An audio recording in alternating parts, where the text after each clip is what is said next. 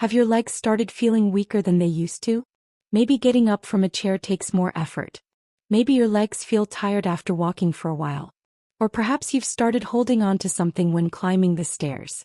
These changes can happen so gradually that you may not notice them at first. Until one day an ordinary movement suddenly feels harder than it used to. And that's something I don't want you to ignore. Because strong legs are not just about exercise. They help you stand up, walk confidently, climb stairs, and continue doing the everyday things that keep you independent.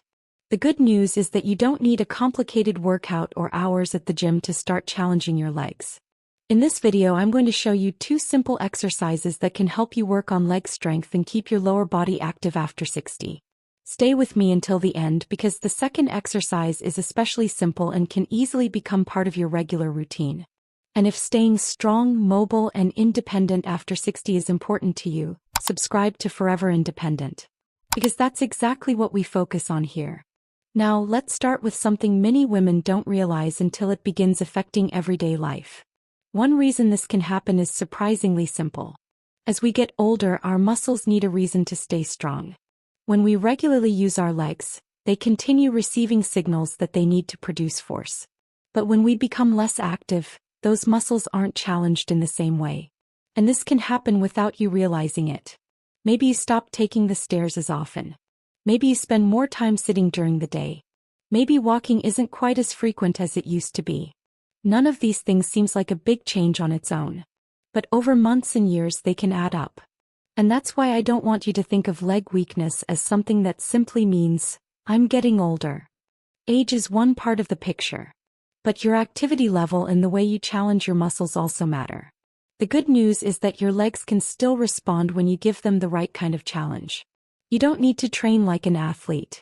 You simply need to give your muscles a reason to work. And that's exactly what these 2 exercises are designed to do. The first one is particularly useful because it targets a movement you already use every single day. Standing up. Let's take a look. The first exercise is one of the simplest movements you can do at home. It's the sit to stand. And you've probably done this movement thousands of times without thinking about it. But when you perform it as an exercise, it becomes a simple way to challenge the muscles you use to stand, walk, and climb stairs. Here's how to do it. Start with a sturdy chair placed against a wall or in a position where it won't move. Sit toward the front of the chair with your feet about hip-width apart. Keep your feet firmly on the floor. Now lean your upper body slightly forward and push through your feet to stand up. Try not to use your hands. Once you're standing, pause for a moment. Then slowly lower yourself back down into the chair. And that's 1 repetition. The important part isn't how many you can do. It's how controlled the movement feels. If you can stand up and sit back down smoothly, that's great. If you need to use your hands, that's okay too. You can place your hands on the chair or your thighs for support and gradually work toward doing more of the movement with your legs. Start with 5 repetitions. Rest. And if that feels comfortable, you can gradually build toward 2 or 3 sets. Don't rush. The lowering part is just as important as standing up. Instead of dropping into the chair, try to control your body as you sit down. That controlled movement is what makes this simple exercise more challenging. And there's a reason I like this exercise so much for women over 60. It isn't just an exercise. It's practice for real life. Every time you get up from your sofa, your dining chair, or the edge of your bed, your legs need to produce enough force to move your body upward. So you're strengthening your legs while practicing a movement that you actually need every day. 5 repetitions are difficult, start with fewer. If you need your hands, use them. The goal isn't to prove how strong you are today. The goal is to gradually become stronger than you were yesterday. And there's one more thing I want you to pay attention to. Notice how your legs feel the next time you stand up during your normal day. Because sometimes the best sign of progress isn't what happens during your workout. It's when everyday movements start feeling easier. Now, the second exercise is going to challenge your legs in a different way. And you can do it without any special equipment. The second exercise is even simpler. It's the calf raise. And this is one you can easily add to your morning routine. Start by standing behind a sturdy chair or near a countertop. Place your hands lightly on the chair or surface for balance. Keep your feet about hip-width apart. Now slowly raise your heels off the floor, coming up onto the balls of your feet. Pause for a moment at the top. Then slowly lower your heels back down.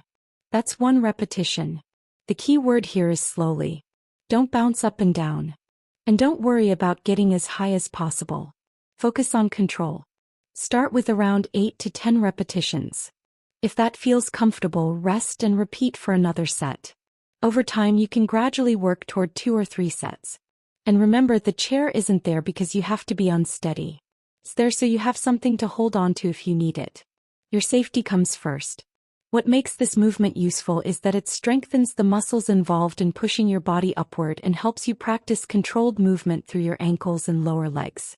Those are movements you use every time you walk, step up, or change direction. And there's another reason I like this exercise.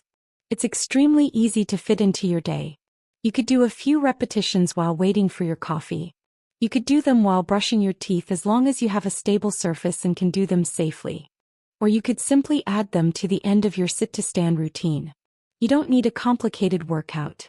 You need consistency. 5 minutes of simple movement that you actually do is much more valuable than an hour-long workout that you keep putting off. And if you combine these 2 movements regularly, you're giving your legs 2 different challenges. One teaches your body to produce force to stand up. The other challenges your lower legs and ankle control while you support your body weight. That's a simple combination. But don't underestimate simple. Sometimes the exercises that are easiest to repeat are the ones that become the most useful over time. Now, you might be wondering how often you should actually do these exercises. And the answer doesn't have to be complicated. You don't need to spend an hour working on your legs. Start small. You could do the sit-to-stand exercise a few times followed by the calf raises. Then rest. As you become more comfortable, gradually increase the number of repetitions or add another set. The goal is to make these movements a normal part of your routine. And consistency matters more than trying to do too much at once. Think about it this way. Your legs don't know that you're doing a workout. They simply respond to the movement and the challenge you give them. So even a few minutes of purposeful movement can be a useful starting point. And don't forget about the rest of your day. If you're able to walk safely, take regular walks. Use the stairs when appropriate. Stand up from your chair throughout the day instead of sitting for hours without moving. Your exercises are only one part of keeping your legs active.